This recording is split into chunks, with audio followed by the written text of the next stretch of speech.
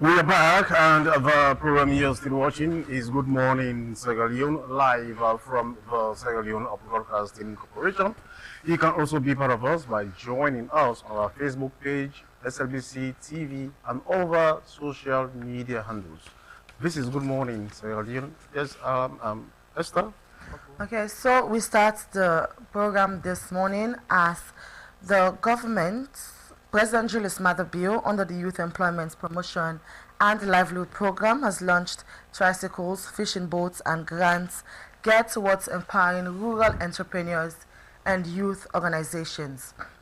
The intervention is to create economic opportunities and enhance self-reliance among Sierra Leonean, especially the youth. Well, to further the discussion on the significance of these interventions, we have in the studio the Minister of Youth Affairs, Mohammed Oman Bangura. Good morning, welcome to the program. Good morning, Slbc. Good morning, Sierra Leoneans. Okay, so we start the discussion by you telling us the significance of the program that was launched by the President. Yes, a couple of days ago, His Excellency the President handed over a tricycle, 200 tricycles to 200 direct beneficiaries. We gave boats, 50 boats. The 50 boats was recouped from the previous 70 boats that we gave a couple of years ago. Young people paid, and out of the money they paid, we bought the 70 boats. We gave grants to 864 young people up country, and we're still doing that. And again, we give grants to female youth-led organizations. Went right across the country, selected young people applied. Based on social media, you can just send your video or message in our TikTok account, Facebook, or other means, send direct application. We give grant to 50 youth-led organizations as way of solving their problems in their community. And we also launch a program that if you're a graduate, you want to support Fit Sierra Leone, in every facet, you can send us a video, send us a message, basically we'll announce the number, you tell us what you're doing, how you support Fit Sierra Leone, and we'll pay you for 1 year above 2 million for you just working in the farm. And if you don't have a farm, we'll have contract that will sign very soon with like CTC, the guys that are producing onions at Lunge. Want to see how we can give them administrative costs and send young people graduates to learn how to farm, how to do their farming, and they'll pay them for 1 year. We'll pay administrative costs to the companies, among a lot of things that we did on Friday. So the significance of what we did a couple of days ago is huge because it has never happened.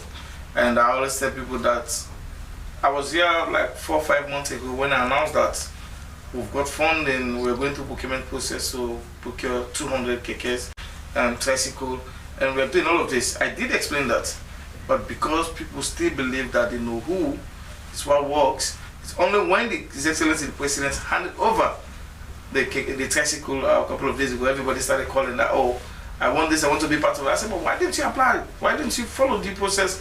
And that has been the challenge. But however, we are pleased to get the support. We did that via the UNDP. UNDP has been very supportive, and the UNFPA in supporting the female youth-led grants. It's a co-funding. We have what we call matching fund.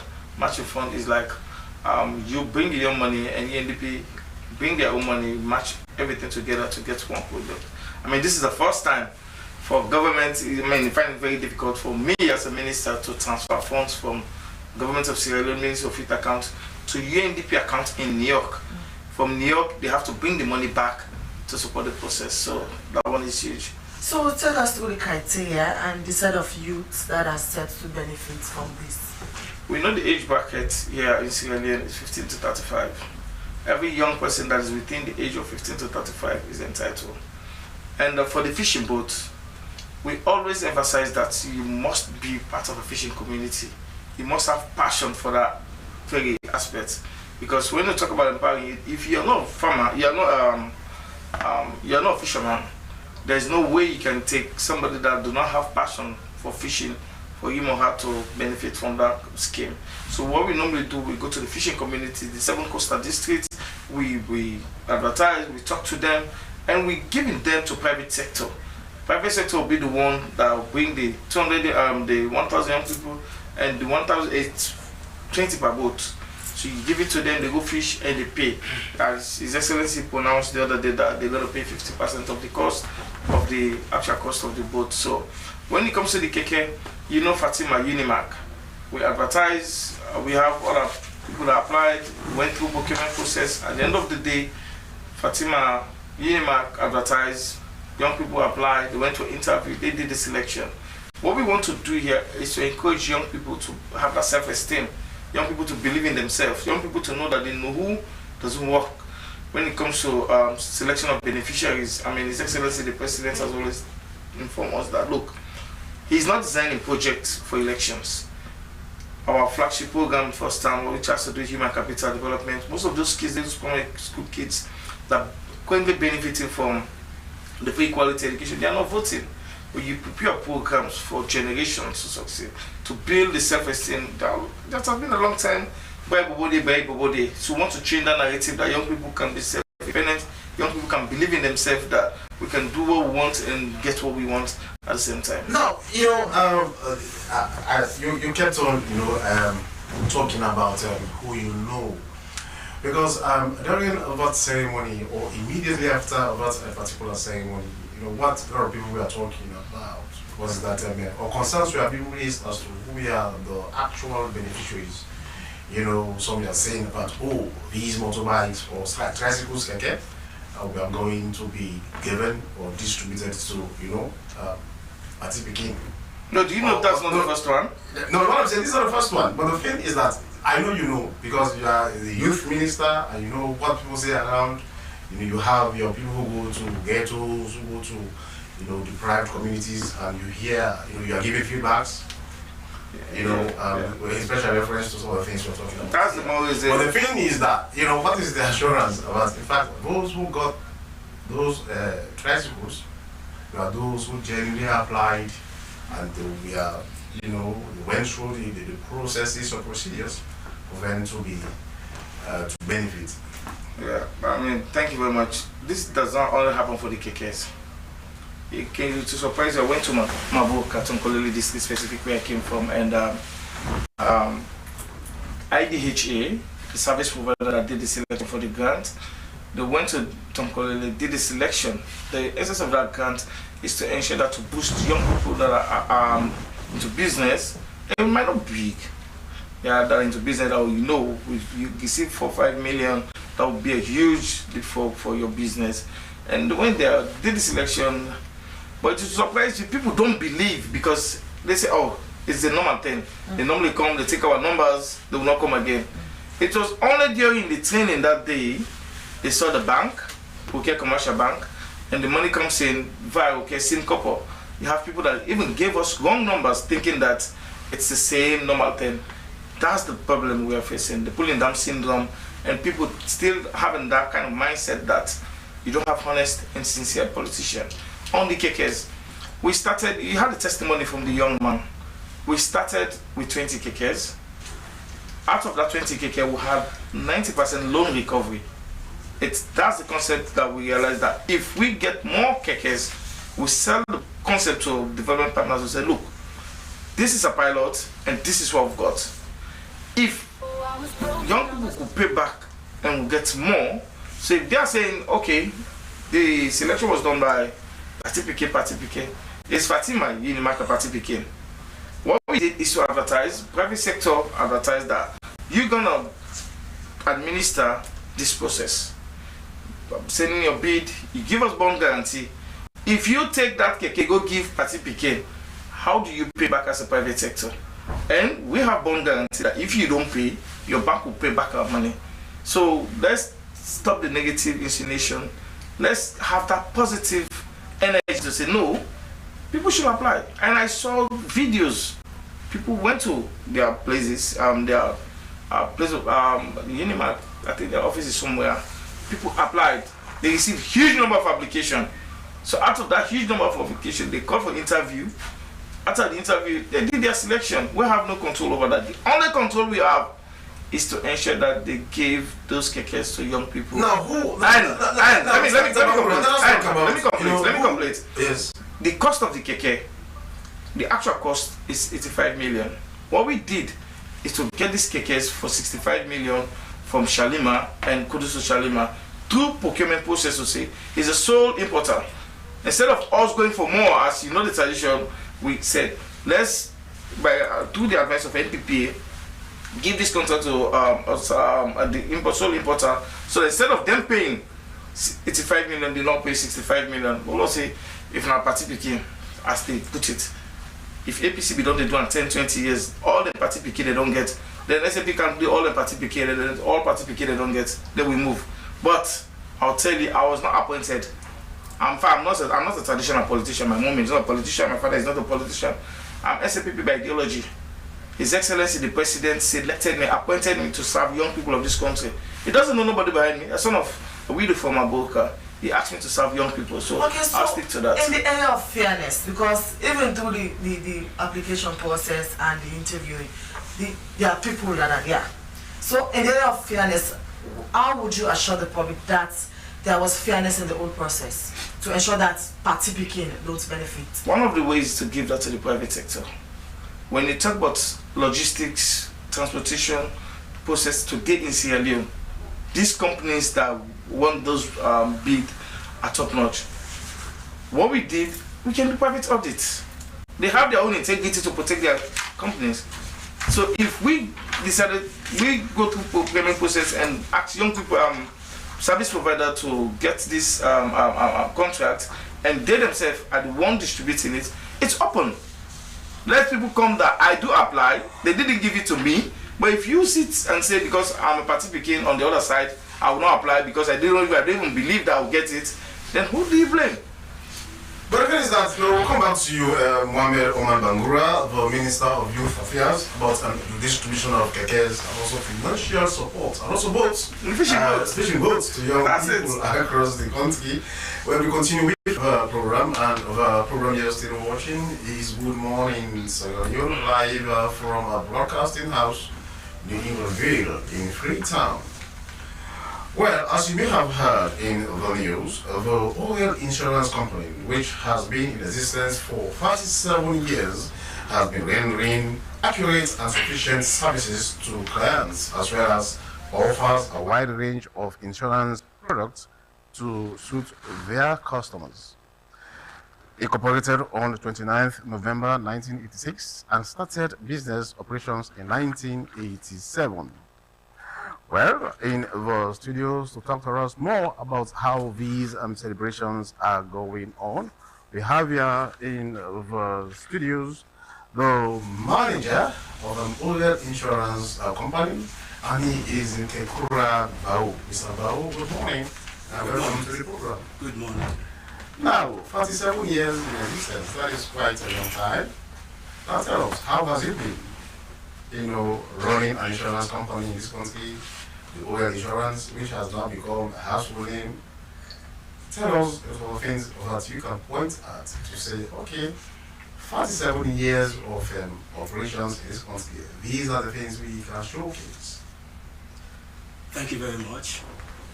It's been a remarkable period of existence. This 37 years started from the cessation of two British companies, Guardian Royal Exchange and the Royal Exchange.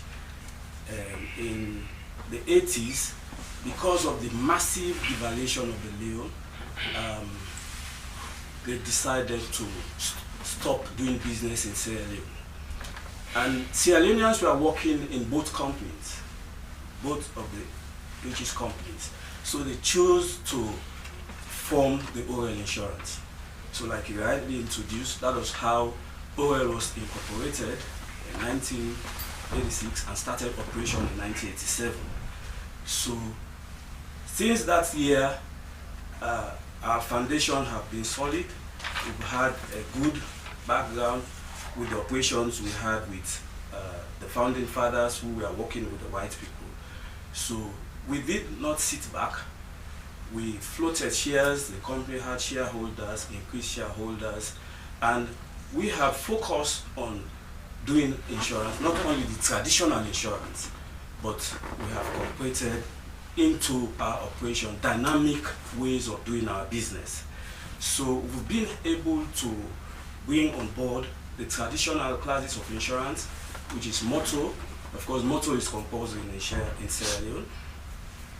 For motor, we have the comprehensive, the third-party fire and theft, and the ordinary third party. The comprehensive is the highest cover and is a little bit expensive.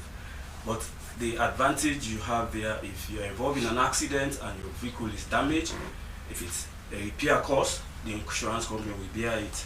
If it's a total loss case, the insurance company will pay for the total loss. The value, the insured value, less the deductible. For ordinary third party, the insurance can be for third parties are people who are outside the contract. Now, if you take a policy with Orel now, so the contract is between you and Orel, anybody outside that contract is a third party. And for third party insurance, the liability on the company for death, injury is unlimited. So now we have the new premium, and we're operating a digital system now. It's 1,000. Part of that premium, a little over 600,000 comes to the insurance company as risk premium. But normally for third party claim, if somebody is injured or somebody dies in an accident, you can pay a lot. No, the premium you're talking about, Mr. Bao, is that uniform? Because the thing is that, let's say for example, the risk, you calculate your risk, and you always want to take a prudent kind of action. You don't want to run on a loss, So is that premium uniform? For motor, yes, it's uniform. Okay. There is a tariff now in the industry which all players are supposed to go by, and we even have a regulator to ensure that we all go by that. But for other classes of insurance that we underwrite, that is where I'm coming now. I started with motor. We do fire insurance, we do burglary insurance, we do medical and hospitalization insurance, and we even have down the line the basic insurance, which is, we call it money back, the traditional Osusu. We have diversified that over the years and created a product. The only difference for the money back, the Osusu, you don't join like the traditional insurance where 2-3 people, the traditional Osusu where several people come together to contribute. Here you pay for yourself. You contribute X amount, let's say for example 500,000 a month, and you project that you want to take that policy maybe for a year. So it has a life aspect. So if you're contributing 500 monthly, 5 at 12, that is 600 I think, at the end of the year you are entitled to that amount.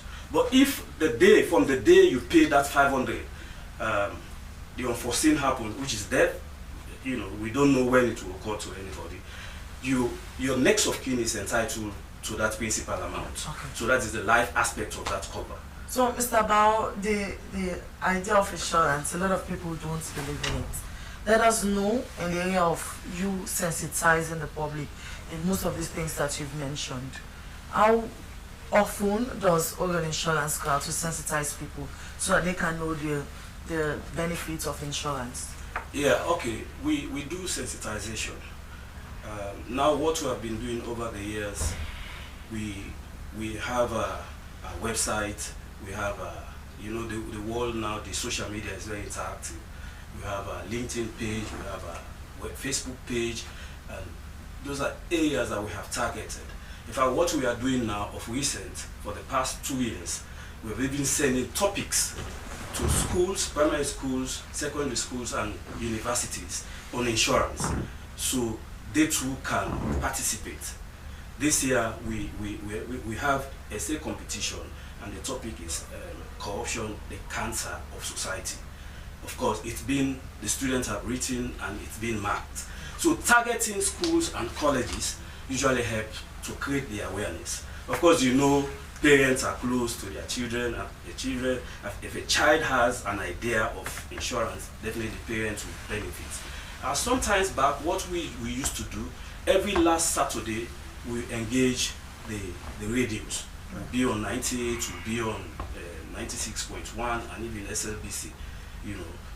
just doing our normal sensitization.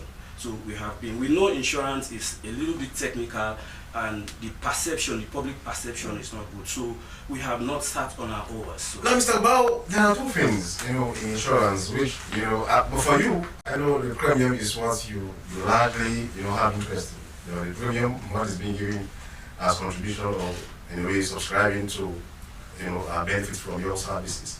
But the thing is that there has been concerns, or have been concerns over, indemnity. There are times people suffer loss and they complain. Well, I've suffered loss. And I've gone to this insurance company, which I insure with. But for me to be indemnified, has been a challenge. Yes, you always want your premium to come. But when it comes to indemnity, when it comes to indemnified, there the challenge lies. So how has the company been, managing, the issue of indemnity? Thank you very much. Last year, our estate topic was insurance is free money. That was what we sold to the schools and university. So, like you rightly say, we have that we've had that perception. But for ORL, interestingly and luckily for me, I have been in claims for over 15 years. So I can tell you that we have been paying claims. So the statement you made that we are only interested in premium is not true for ORL. We pay claims, right? We do pay claims, and the figures are there. Up to this year, somebody of importance, eminent personality in society, his house was burnt. We paid over 2 millions. No, but the thing is that now you're talking about somebody with probably, influence and affluence. No, you understand? Now we are talking about poor people. Let me just land. Yes. The figures, I have some figures here. Because of time, I can't go into it. Up to last week I was in Kenema and McKinney. This third party we spoke about just now. I don't want to name names now on the public because we haven't stick their consent because of client confidentiality. Their vehicle got an accident. Poles apart. One was at Kenema, around the Kenema axis, and one was the northern axis. So for that third party, these are common people. We went to Kenema, and the guy, one of them died. The vehicle hit this guy, a young guy, and he died. So we went to meet the family. We were not informed earlier, but later we got the information. So they gave us the contact people. I went to Kenema with my team. We met the people, and we have negotiated. The family was asking for 450 million new old loans or 450 new loans. So we negotiated because that is how it happens. You can't place value on a finger, but I don't say for life. But normally we have to negotiate to arrive at a settlement figure. So we agreed on 250,000. We came back to McKinney. Somebody died there as well, and another person was injured. He is at Masanga now. We went to the hospital. I'm now in contact with his uncle who brought him up. His condition is a bit critical. So for that, we are liable for the medical bills, and his injury we have not even. Well, have you not got complaints about somebody who is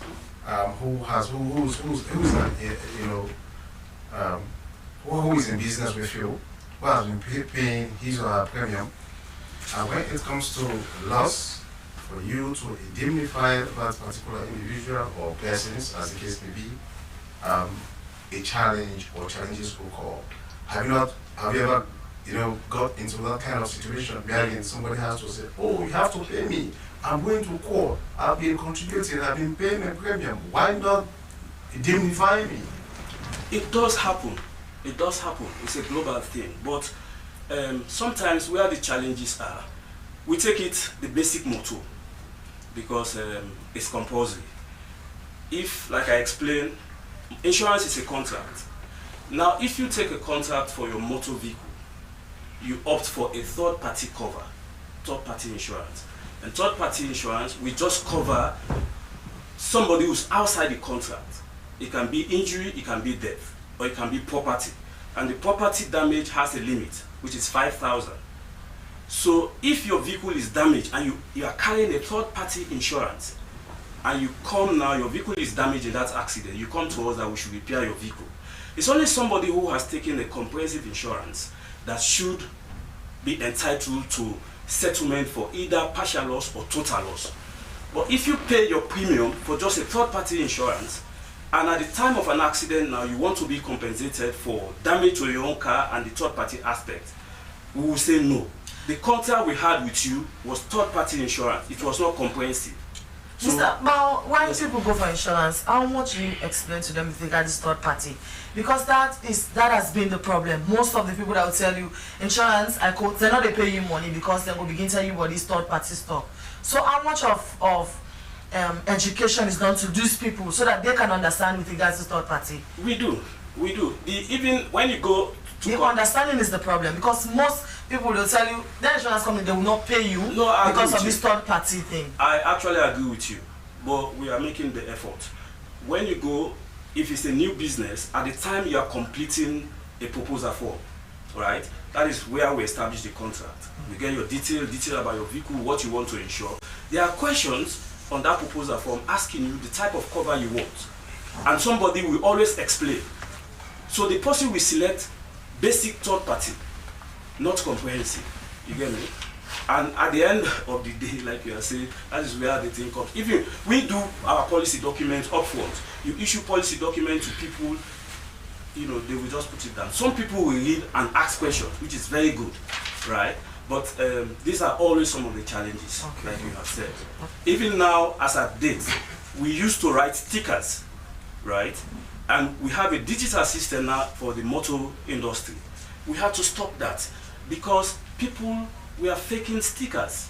These are other challenging areas. If you go, I don't know where they get it, but people were carrying fake stickers. They don't buy insurance, you carry fake stickers. And when there's an accident, of course, this fake sticker will have the name of an insurance company bearing it. So if you go to that insurance company, we have our data. We will check if that sticker is a genuine sticker. If it's not a genuine sticker, we haven't got a contract with you. We will not settle. So these are where the snags will always arise. Okay. Yes. Continue to stay with us on the program is Kekura Bao, the manager for Oriel Insurance Company. Well, he has been taking us through the 37 years of service in Sierra Leone. Well, from there we go for a short break, and when we come back, we continue with the program. As a mother of the house, whenever I want to prepare palm soup, there's no need pounding palm fruit. All I need is Nkulenu's Ghana's original palm soup base. My soup is done, and its preparation, it is not difficult at all. Nkulenu palm soup base, it's easily done with no difficulties. Just take few ladles and your soup is done. And its flavor, it's amazing. This is Nkulenu's Ghana's original palm soup base. And this is Nkulenu's Ghana's original spiced palm soup base. Iron fruit and turkey berries are naturally added. Also available Brown Gold Natural Cocoa Powder, Sunny Gold Brown Sugar, Neat Fufu Flour, Shito, Pisa and Moringa. All available at Nyami Ado Enterprise, 1 Lower Waterloo Street, Freetown. Nkulenu palm soup base. Ghanaian original taste.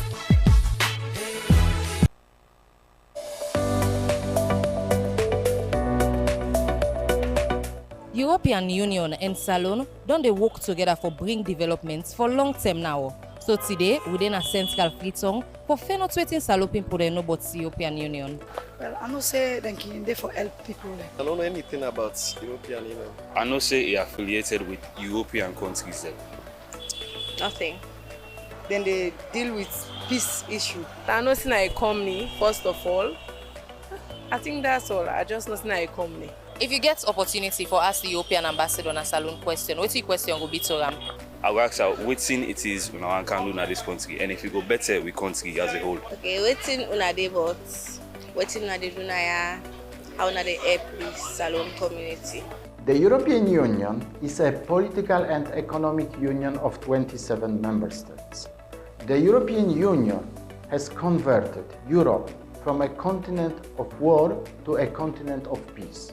This is why we support globally economic growth, prosperity and peace.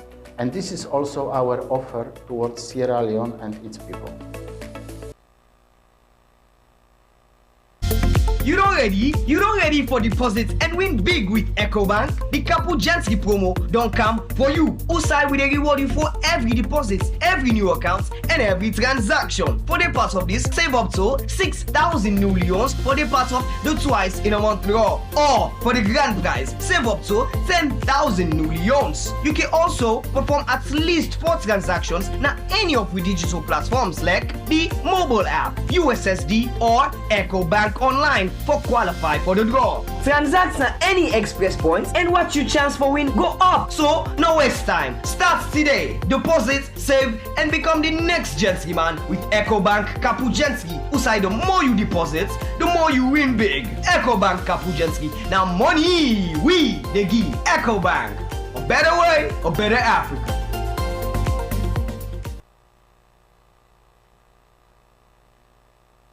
Welcome back. The program you're watching is Good Morning Sierra Leone, and you can be part of the program by sending your text messages to the number on your screen or send your comments on our Facebook page at SLBC Live. Well, we continue with the program as we move on to another issue. The Anti-Corruption Commission has entered to a no-fault titlement agreement with EcoBank to pay to the Commission 34,825,170 cents new leons. The refund is the full money that was meant to pay tax to NRA by companies that a staff of EcoBank misappropriated and diverted to personal use and later fled the country. Meanwhile, the ACC continues to score high in Sierra Leone's. Meanwhile, Sierra Leone continues to score high in ACC's Control of Corruption Indicator and Scorecard. Well, for more on the EcoBank and the gains made on corruption control, we have in the studio Alex Aba, the Public Relations Assistant, Anti-Corruption Commission. Good morning, welcome to the program. Yes, good morning, Mariama. Thank you so much for having me.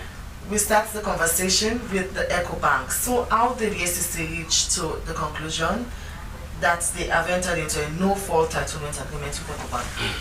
Yes, thank you so much. So basically, first off, the matter stems from an investigation that we carried out. We had reasons to believe that the staff of the EcoBank, called Abdul Salim Ansari, who was the head of retail operations at the bank, he had a way that he was going about monies that were paid by companies for taxes to NRA at an account that is situated at the bank, and he, in his capacity, he is a signatory to authorize some of those monies to be paid into the account. He would divert these monies from going into the NRA account into the account of 2 other individuals that we earlier on, of course, also indicted, Magnus Samuel Valentine Cole and that of Talu Jalo. So from the outcome of our investigations, we indicted them on several account charges. But following that indictments that we've done, the bank itself, they acknowledged the wrongdoing of their staff, and they also committed in settling the full amount, the money that spanned up to 34 million or so new leons, because of some wrongdoings of their staff, that they would pay the full money, but nonetheless would still carry on with the trial of the staff and other parties that are involved in this particular matter. So basically, they started off with paying about 15 million of the said amount, and the rest of the amount they would pay in 9-month installments, 9 months period, monthly installment, starting off at in January to September 2025. So basically, that's how we came about in, having the money up to that amount to be recovered in full. So, Mr. Ba, what about the other indictees?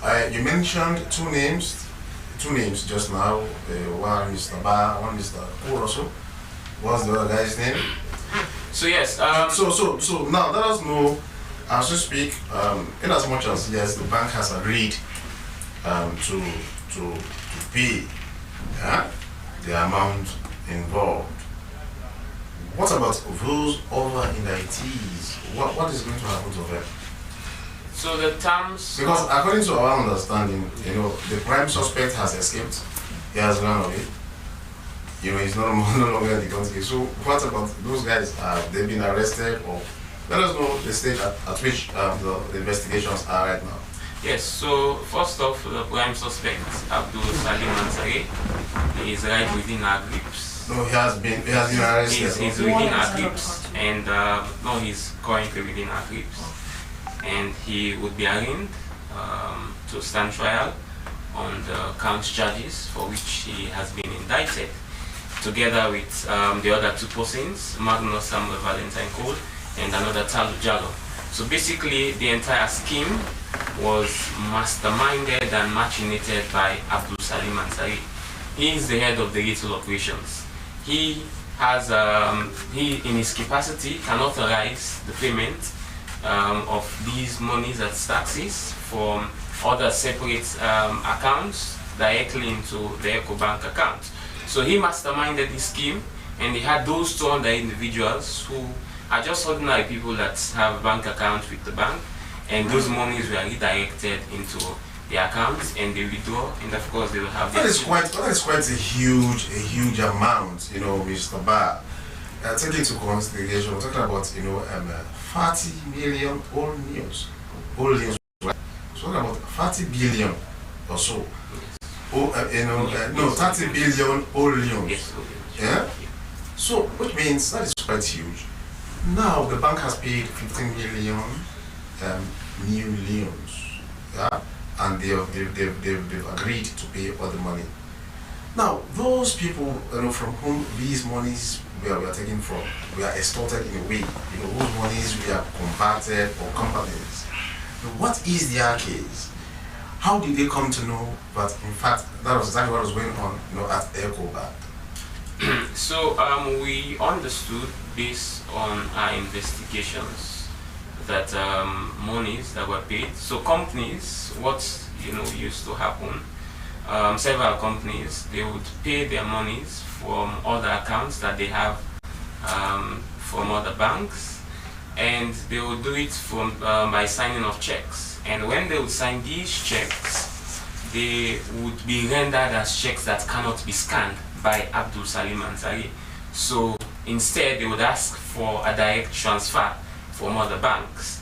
So when they would do this direct transfer, what they would do, they would just alter the BBN of NRA, and they will put the BBN of those individuals, those Magnus Samuel Valentine Code.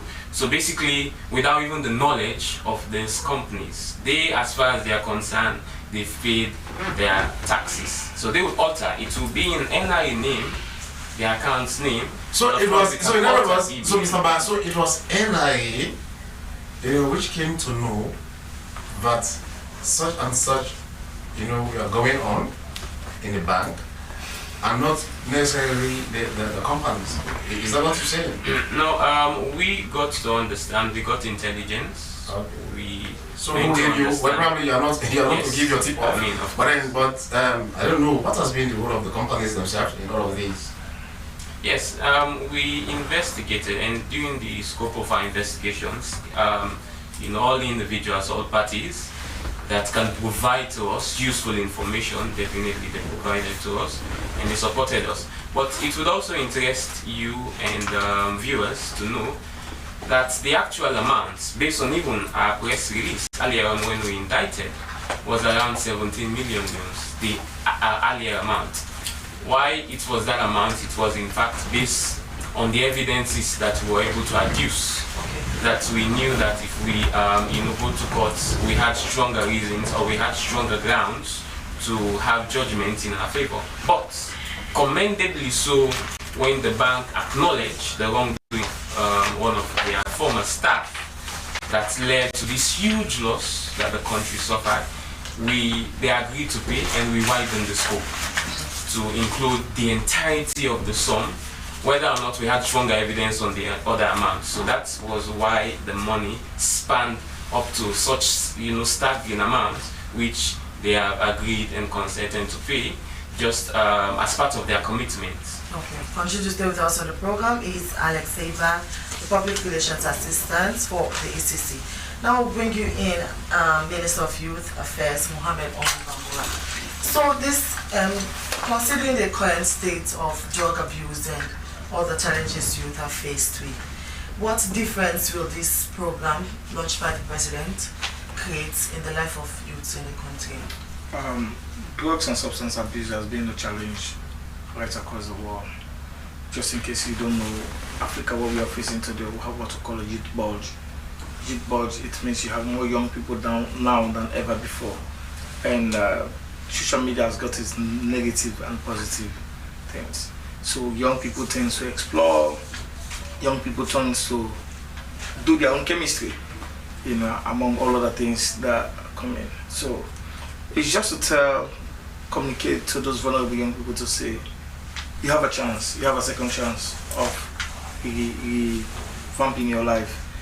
Divide of the challenge you face, no matter what no matter what you're going through in life, you should believe and have self-esteem and stay focused. Well, most of the youth, when you talk to them, they'll tell you they don't have a job to do. That is why they're involved in the drug abuse. Most of them. So are you telling me if you don't have a job, that means you should take off your life?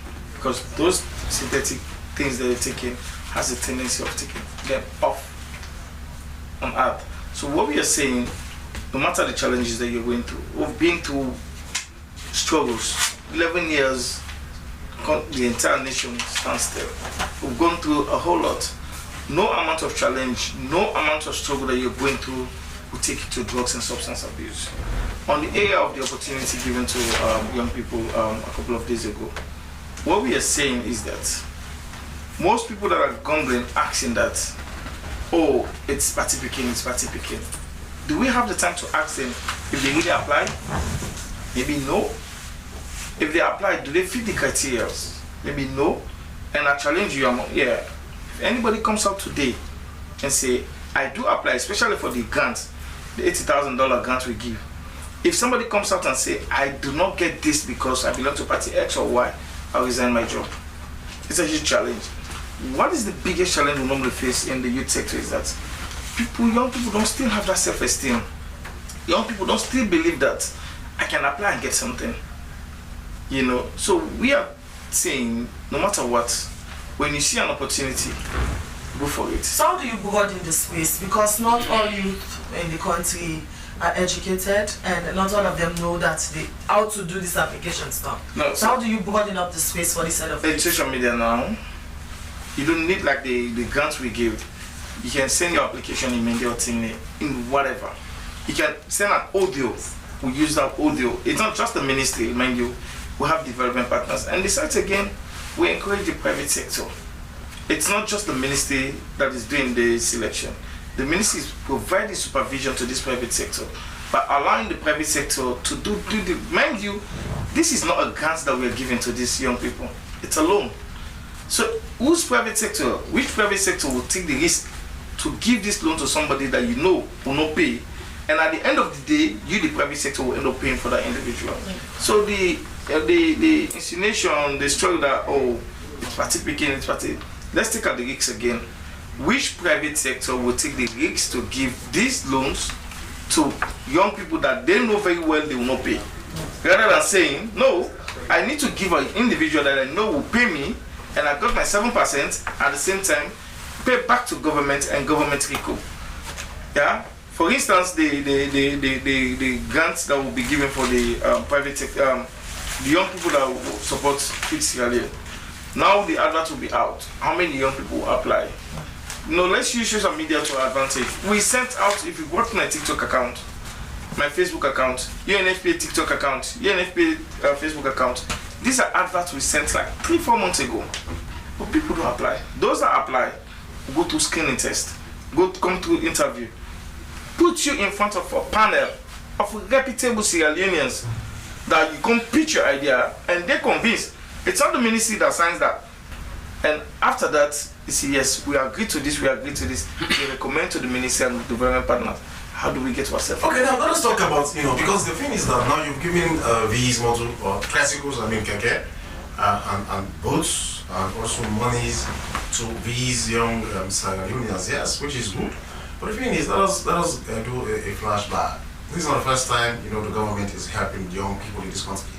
We know about the Youth in Fisheries Project, we know about youth in agriculture, youth in farming. So let us know, exactly what has been achieved, from these projects. Because the thing is that there is no way, you look forward without, considering what had happened in the past. So let us know how these projects are faring out. What is happening? Are they cooperative? Are they paying back? Because, like for example, the youths in fisheries, they are supposed to be giving something. Because the thing is that you want these projects to have multiplier effects. Yeah. You benefit, next time another set of people benefit. So that's the trend. So let us know what is going on. Yeah, that's what we're enjoying. Like I always say, I'm proud of young Sierra Leoneans. I'm proud of Sierra Leoneans. I know when you have Sierra Leoneans, you give them the right training, the right leadership, you give them that family, your mom, your dad, or even politician. You give them that sense of orientation, conscientize them to take responsibility of their destiny. You made mention of the boat. Out of the 70 boats that were given, don't get it wrong, there were challenges. But for me, from my own end, we recoup a reasonable amount. It's as a result of that, we bought the 50. Say for instance, the keke, we started with 20 just to pilot. I mean, there are so many stories. Someone will tell you, if you buy your keke and you give it to them, they'll say, oh, they will not pay, they give you excuses. But in this scheme, the difference between the private sector scheme and the government scheme is this. Just by you getting this keke, you've made 20%, 20 million, 20,000 loans upfront. Okay. So by so doing, you give your all to ensure that I'll pay my money and owns the keke. The grant that we gave, don't forget again, a couple of days ago, last year we gave a grant of $2 million to young people right across this country. And we had an exhibition last week, Wednesday, at Family Kingdom. You see amazing ideas, those beneficiaries. And I challenge anybody again among those beneficiaries of that $2 million. If somebody comes out again that to say, I applied because I'm X or Y, I didn't get it, I'll resign again. How much could he get from a president, from a minister? Okay, we'll come back to you. Mohamed Omar Bangura, Minister of Youth Affairs. But now it's time for us to know what is happening in our streets, especially for this morning, which is why we now bring you the traffic updates by Julian Dumboya.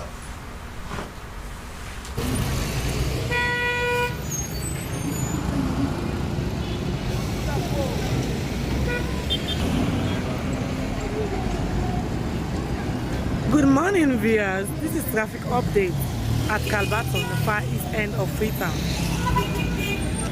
It's 8:19 in the morning. For now, there is free flow of traffic. Although sometimes this place can be congestion, but drivers are advised to exercise caution and be patient as they travel throughout this area. The traffic condition in Freetown can be unpredicted, especially during peak hours. It's always advised to plan your journey in advance and allow extra time for potential traffic delays. As you can see, this is last station, and normally what causes the traffic here is when drivers, motorcycles make a U-turn to the next part for people to onboard. We will continue to monitor the traffic situation and provide more updates as needed. I have been your reporter, Julian Dumboya.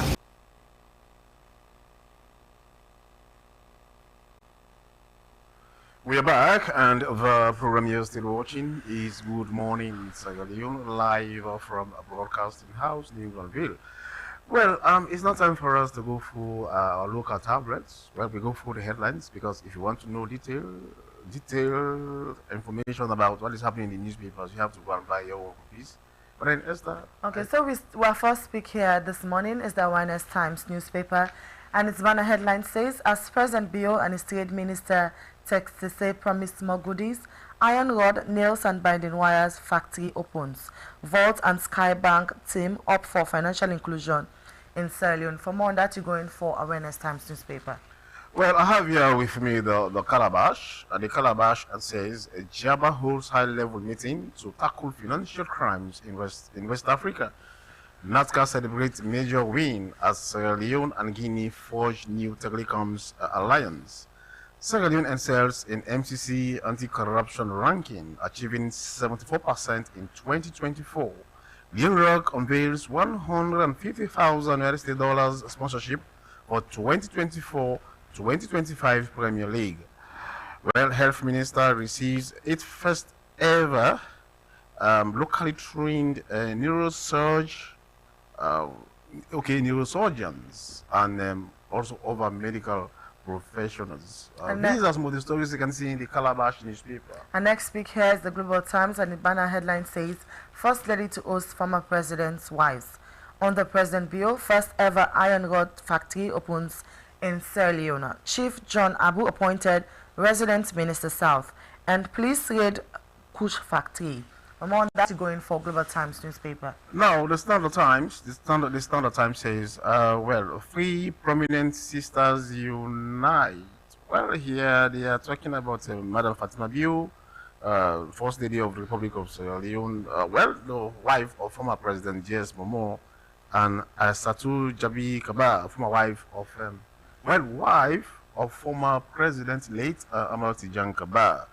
Well, these are some of the stories you can see in the Standard Times newspaper. My final pick here this morning is the Awoko newspaper, and its banner headline says, Police investigators state no witness confirmed Parker's involvement in Sierra's death.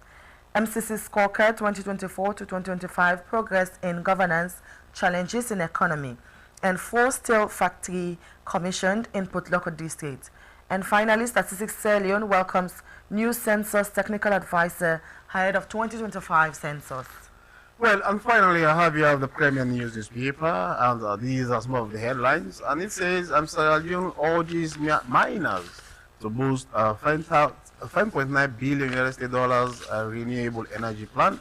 2 former information ministers to co-chair civic festival. Freetown mayor engages Congo Town community, dispels rumors. Accused military officers detail dramatic escapes in failed coup trial. These are some of headlines or the stories in the Premier League. But then before we go quickly, we still have in the studios Mr. Kekola Bao from the Orient Insurance Company. Now, Mr. Bao, 47 years of operations in this country. Tell us, what is there to celebrate, and how do you intend celebrating these years of service to the nation? Well, like I have said earlier, our competitive edge has been claim settlement.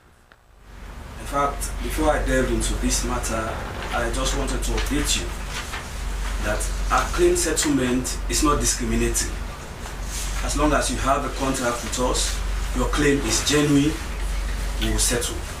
So whether you are up, middle or down, we don't discriminate, we settle. Okay? And back to your question, 37 years of existence, we've been paying dividend to our shareholders. We've been paying corporate tax, right? We have employed Sierra Leoneans, of which I'm one, right? And they are being paid.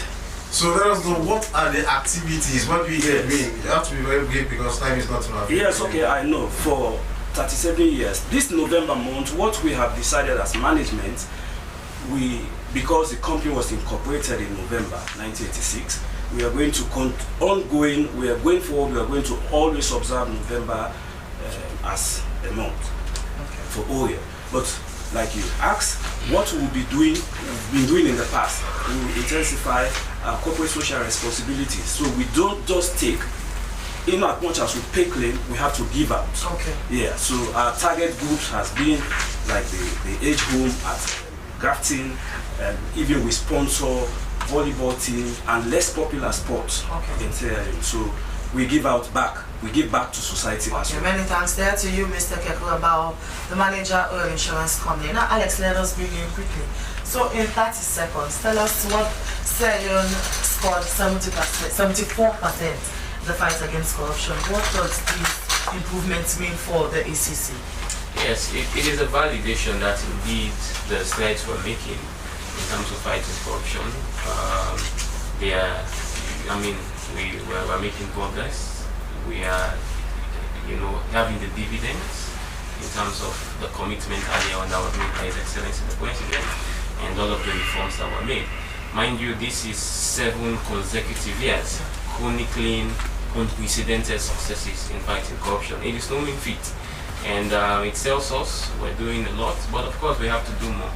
We, perform better than many other countries, Ghana, Nigeria, and we see other countries are now coming to Sierra Leone to learn from us what indeed informs all of these remarkable successes that we're making. All right. And it serves to inspire us to do much more. Yes, inspiration for hard work is more work. But the thing is that quickly, Minister of Youth Affairs.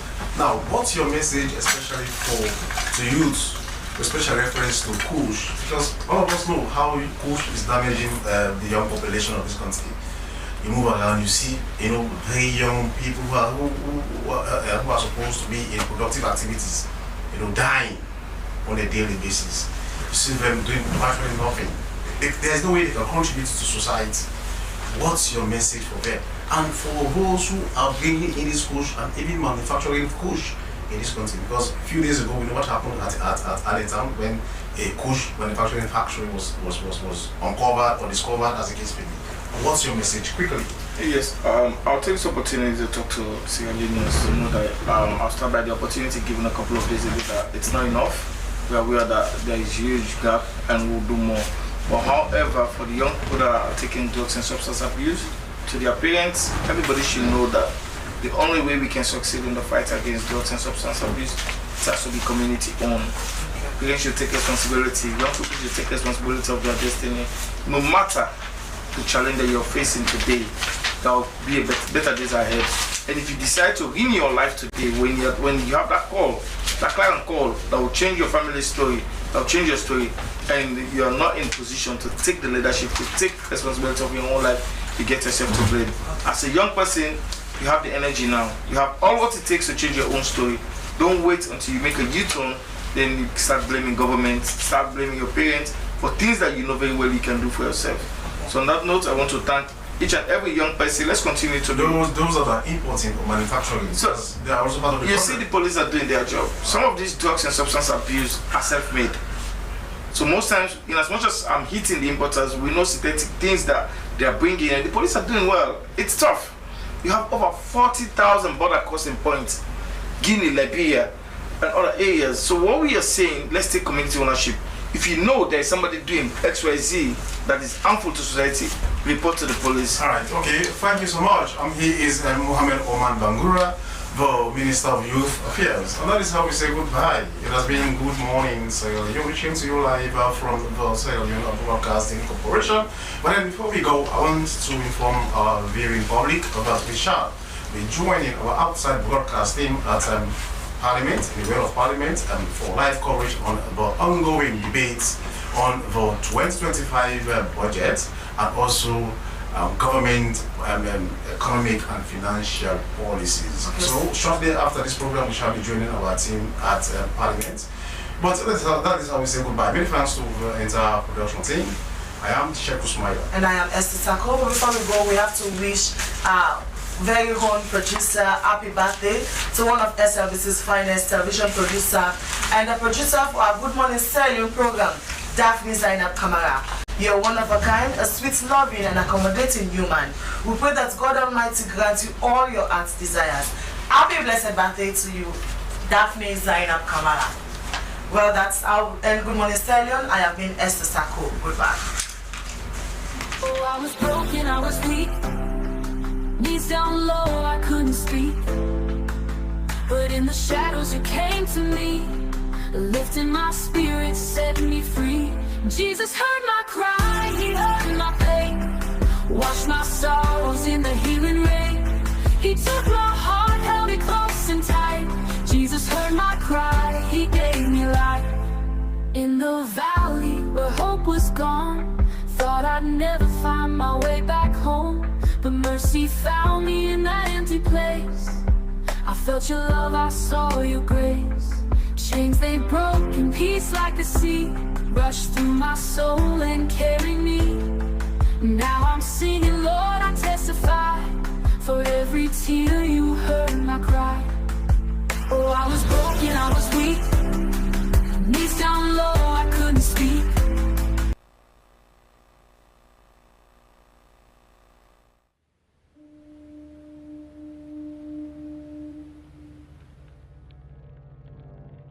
A place cannot produce poems. It can only not prevent them. And Freetown is good at that, for Freetown has its own sudden elegances. People are slow to leave it, quick to return. And there are others who come for a year or two and stay for a lifetime, sensing that they found a city that is in the world, yet sufficiently on the edge of it to have a different resonance. Let me tell you something about this city. All of us, we're all just passing through, and we've all been here forever. Those who came, those who stayed, those who never returned. Tides turn, seasons change. We've waited and we've watched, but we've always been here. We've always listened, because there is a different resonance here. It comes from the river, and the land, and the sky. It's our place, all of us. This city belongs to everyone. And you know when it's your time. And it's our time. Listen, we are Freetown. The golden rules of Freetown. Don't pretend you're something that you're not. Don't go thinking you're better than anyone else, or that anyone else is better than you. Don't shout about it. Get on with it. We are Freetown. Freetown. Freetown. Yeah. We found our voice again. I'm from India and Freetown. I'm from China and Freetown. I'm from the UK and Freetown. I am from Nigeria and Freetown. I am from home and Freetown. This city belongs to everyone. The fishermen, the taxi driver, the barber, the drummers, the dancers. All of us. All of us. Everybody. We are Freetown. The past is ours. The future is ours. It's our time again. And this city belongs to everyone. The playwright, the greengrocer, the teacher, the dog. This space is ours. This light is ours. The beaches are ours. The rivers now we own. The roads are ours. The bridges now we own. We are Freetown. We are all visitors and we've all been here forever. We've got the mightiest river. And the biggest sky. And there's a resonance again. Freetown. Freetown. We are proud of this place. We love this city. And we want you to love it too. We are proud of this place. Now pass we all they pass like stranger them, but we all don't dare from them.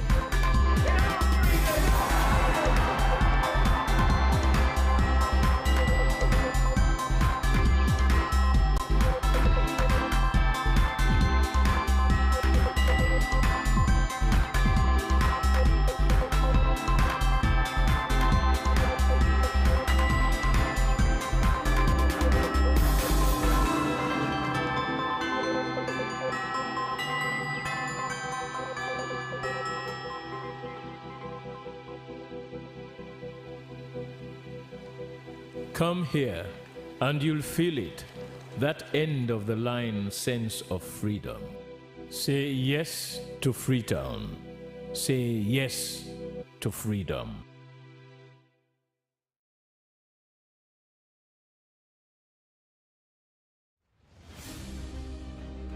Welcome back to the Nature Moment channel.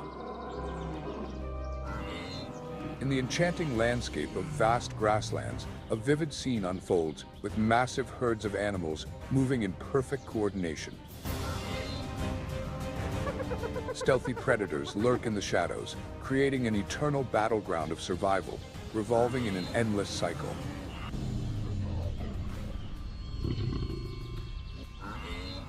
Welcome to the Serengeti, the starting point of the greatest survival journey across Africa's wild grasslands.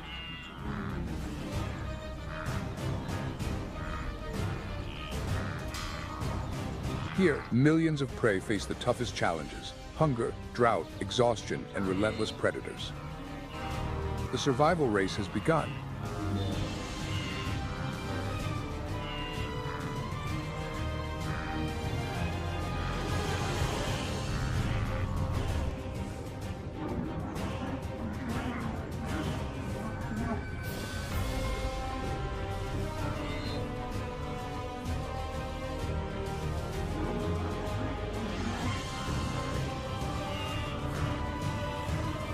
Join us as we explore this battle in the survival war in Serengeti, where life and death collide. Every creature, from the agile predators to the resilient prey, plays a role in the perfect tapestry of the wild.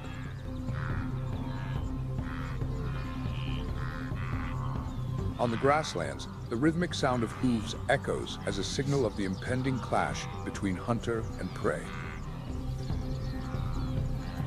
Cheetahs, with unmatched patience, stalk their targets, then haul their catch up high to keep it out of the reach of lions and hyenas.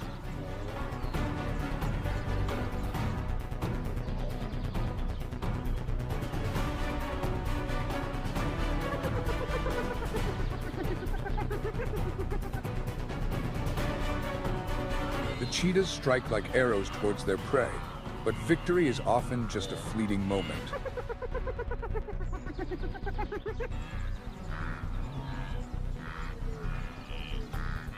Even after capturing their prey, the cheetah's control is rarely secure.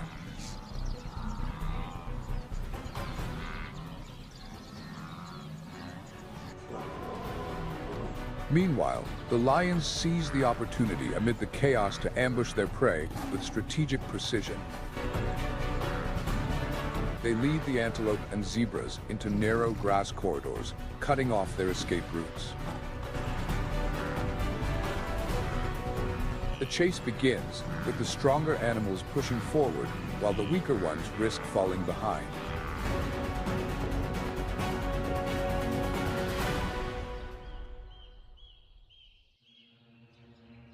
Beneath the waters of the Mara River, lurking figures wait patiently. Nile crocodiles lie motionless with keen eyes, ready for the moment when the herds cross the river, where the chaos provides the perfect opportunity for a swift and powerful strike. As the herds leap into the water, the current becomes a violent swirl, and each jump is a fight for survival.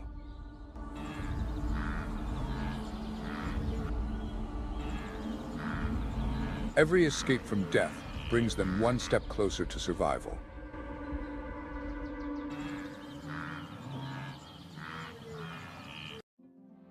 With an area spanning over 12,000 square miles, the Serengeti is an endless world, where vast plains evoke a sense of tranquility, only to suddenly come alive in a burst of energy.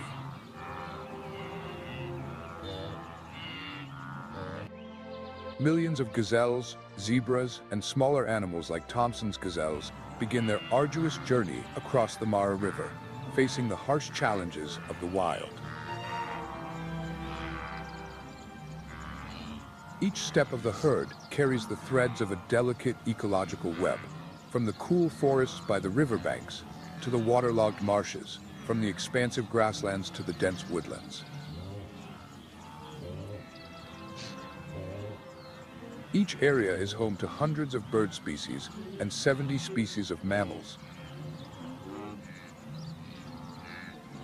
This is a connected ecosystem where every creature, no matter how small, plays a crucial role in maintaining the balance of nature.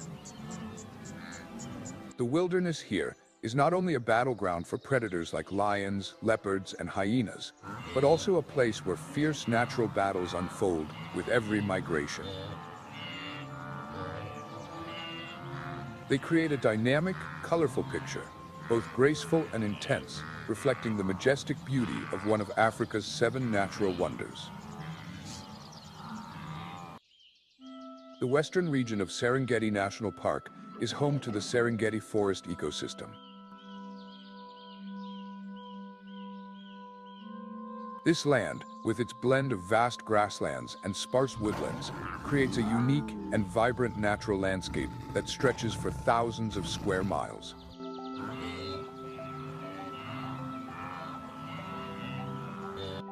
The Serengeti Forest provides a stable habitat for many non-migratory species, such as giraffes and African elephants. In particular, the rich vegetation here, including acacia trees and dense shrubs, serves as a crucial food source, supporting the food chain for both herbivores and powerful predators. With average rainfall ranging from 30 to 40 inches per year, mostly between November and May, the Serengeti Forest provides essential resources for the region's plant and animal life.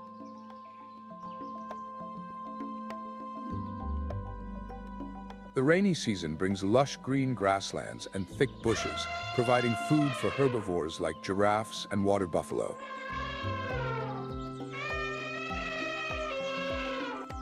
However, climate change is altering rainfall patterns, leading to prolonged droughts and erratic rainfall, forcing these animals to travel farther in search of water and food, increasing competition. This challenge becomes even more apparent during the dry season, when resources become scarce.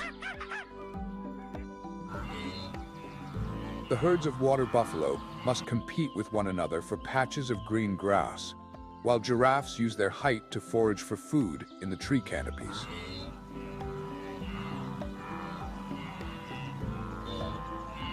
With rising daytime temperatures, conserving energy has become harder than ever.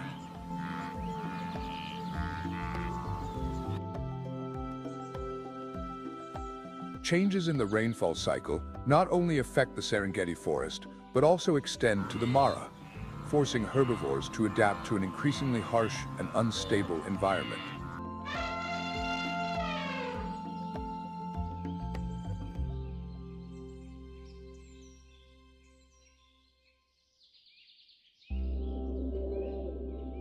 The Serengeti forest, with its rugged and untamed beauty, is where African elephants stand tall as symbols of strength and adaptability.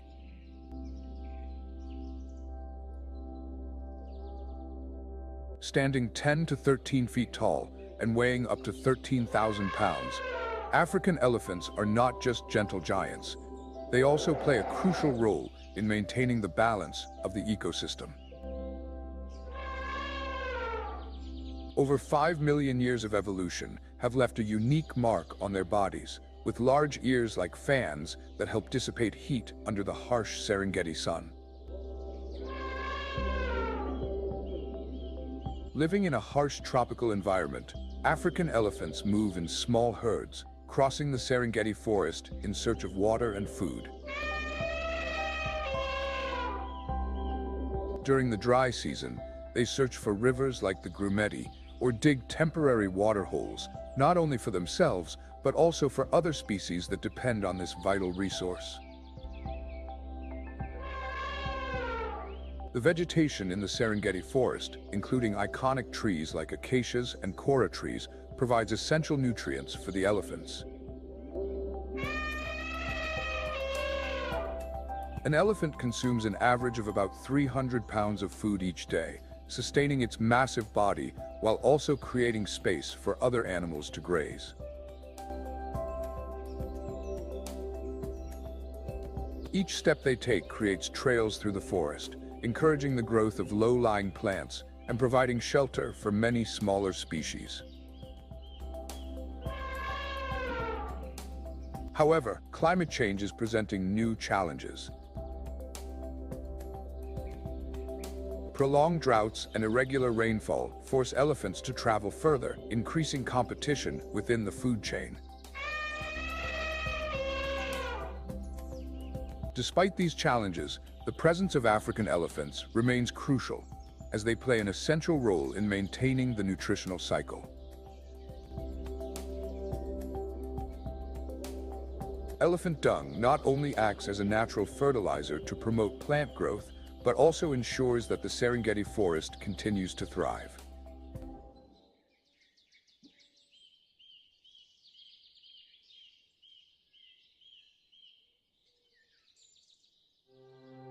The Mara and Serengeti regions remain thriving wild kingdoms, where dense grasslands and trees like acacias and kora create a lush paradise.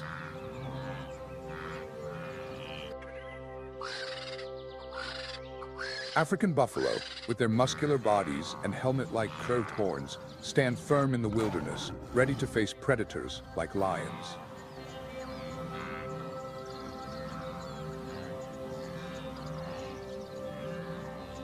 These powerful horns not only symbolize the strength of the buffalo, but also serve as weapons to help them survive in fierce battles for survival.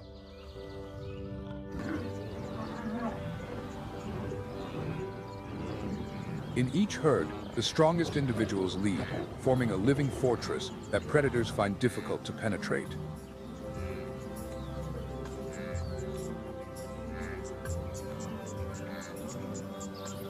As the sun rises high, African buffalo seek shade under large trees to escape the intense heat.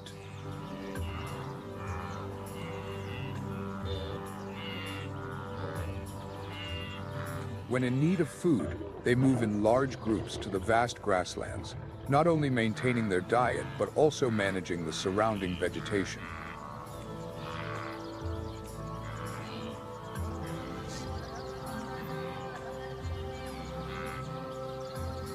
With the ability to consume up to 35 pounds of grass each day, the buffalo play a vital role in regulating the plant growth in the Serengeti forest.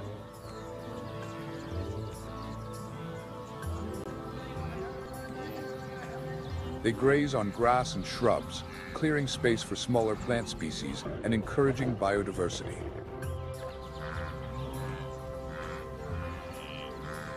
Their movements create trails and open areas where smaller species can take shelter, contributing to the structural integrity of the Serengeti ecosystem. African buffalo are not only caretakers of the grasslands, but also provide essential nourishment in the food chain.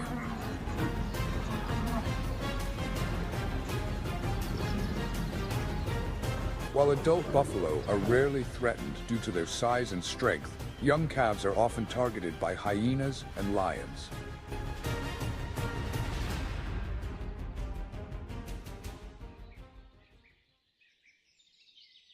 As the dry season approaches and water sources begin to dwindle, migrating herds head toward the remaining water holes in the Serengeti forest. Small rivers and swamp areas become not only a lifeline, but also dramatic stages where predators lie in wait. This is the time when hunts take place, with skilled hunters hiding in the grass, patiently waiting for the perfect moment. The parched ground and the heavy breathing of the creatures heighten the suspense in the quiet moments before the storm. The swamp areas become battlegrounds where every creature not only fights for survival, but also to maintain the fragile balance of the Serengeti.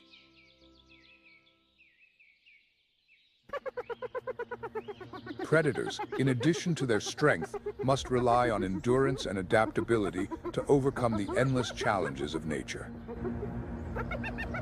Amid the wild backdrop of the Serengeti forest, the spotted hyena emerges as a master in the battle for survival, leaving its mark on the rhythm of this ecosystem. With over 22 million years of evolution, the spotted hyena stands as a testament to resilience and adaptability. They have survived through geological eras with their powerful jaws, group coordination, and flexible hunting strategies. During the dry season, when the land cracks and rivers dry up, antelopes and zebras gather around waterholes, creating a rare feast for the predators. Each step of the spotted hyena reflects the certainty of the pack. They live in large groups of up to 80 members, led by females. This social structure not only maintains order, but also forms a strong community that defends against lurking dangers. In hunts, spotted hyenas use group tactics to apply pressure, especially at night when darkness becomes an ally in their relentless pursuits. With a maximum speed of up to 35 miles per hour, they are formidable predators in this fight for survival. Spotted hyenas are tireless hunters, always ready to cover long distances to seize every opportunity. With a bite force of up to 1 to 100 pounds per square inch, spotted hyenas are not only skilled hunters, but also expert scavengers, often taking prey from lions and other predators. Each meal not only helps them survive, but also contributes to maintaining the balance of the Serengeti, where every action of the spotted hyena reflects the wild harmony and fierce determination of nature.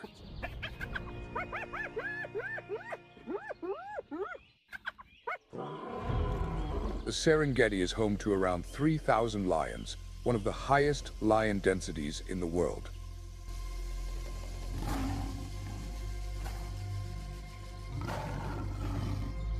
The Serengeti forest, with its open grasslands and sparse woodlands, is a predator's paradise for East African lions, known as the king of all predators.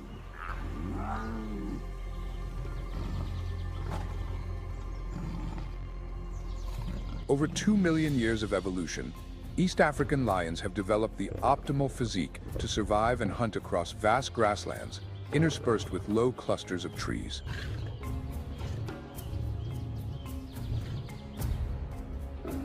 Adult lions are powerful hunters, with males weighing up to 500 pounds and measuring 8 to 10 feet in length, while females are lighter, ranging from 260 to 400 pounds.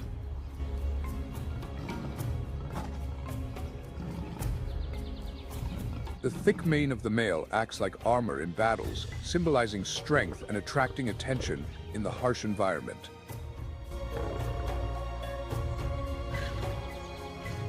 Each day, lions consume between 10 and 15 pounds of meat.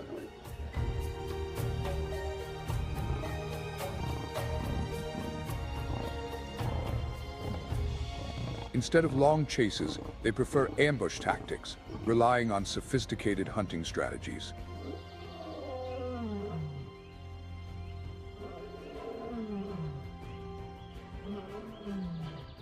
The Serengeti forest, with its scattered trees and expansive grasslands, provides the ideal environment for them to lie in wait for prey. With short, explosive bursts of speed reaching up to 50 miles per hour, lion prides can quickly close the gap on large prey, like gazelles and zebras, using their superior muscle power and sharp teeth to subdue their quarry.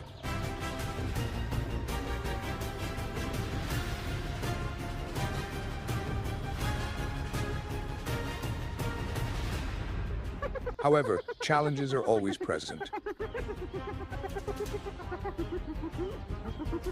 Lions face fierce competition from spotted hyenas, who also hunt in packs, and aren't afraid to steal a meal from any rival. This competition is part of the food chain, helping to maintain balance in the vast ecosystem. Currently, East African lions are classified as vulnerable by the IUCN due to human encroachment and increased conflicts.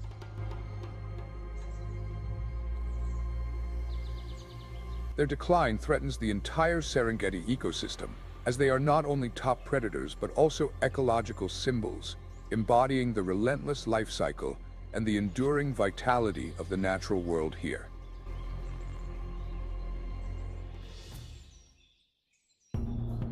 The Serengeti forest stretches endlessly, where cheetahs race across the grasslands like a flash of bright lightning before vanishing in an instant. The vast landscape with tall grasses and scattered shrubs becomes the perfect stage for cheetahs to showcase their incredible speed.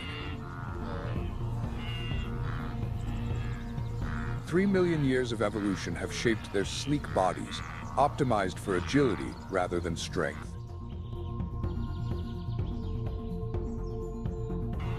Every movement of the cheetah is a masterpiece of grace and precision.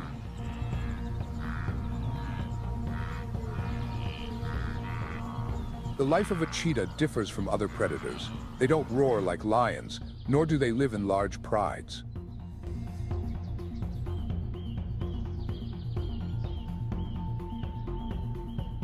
Instead, male cheetahs often form small coalitions to defend their territory, while females raise their cubs alone, teaching them the essential hunting skills until they are ready to fend for themselves.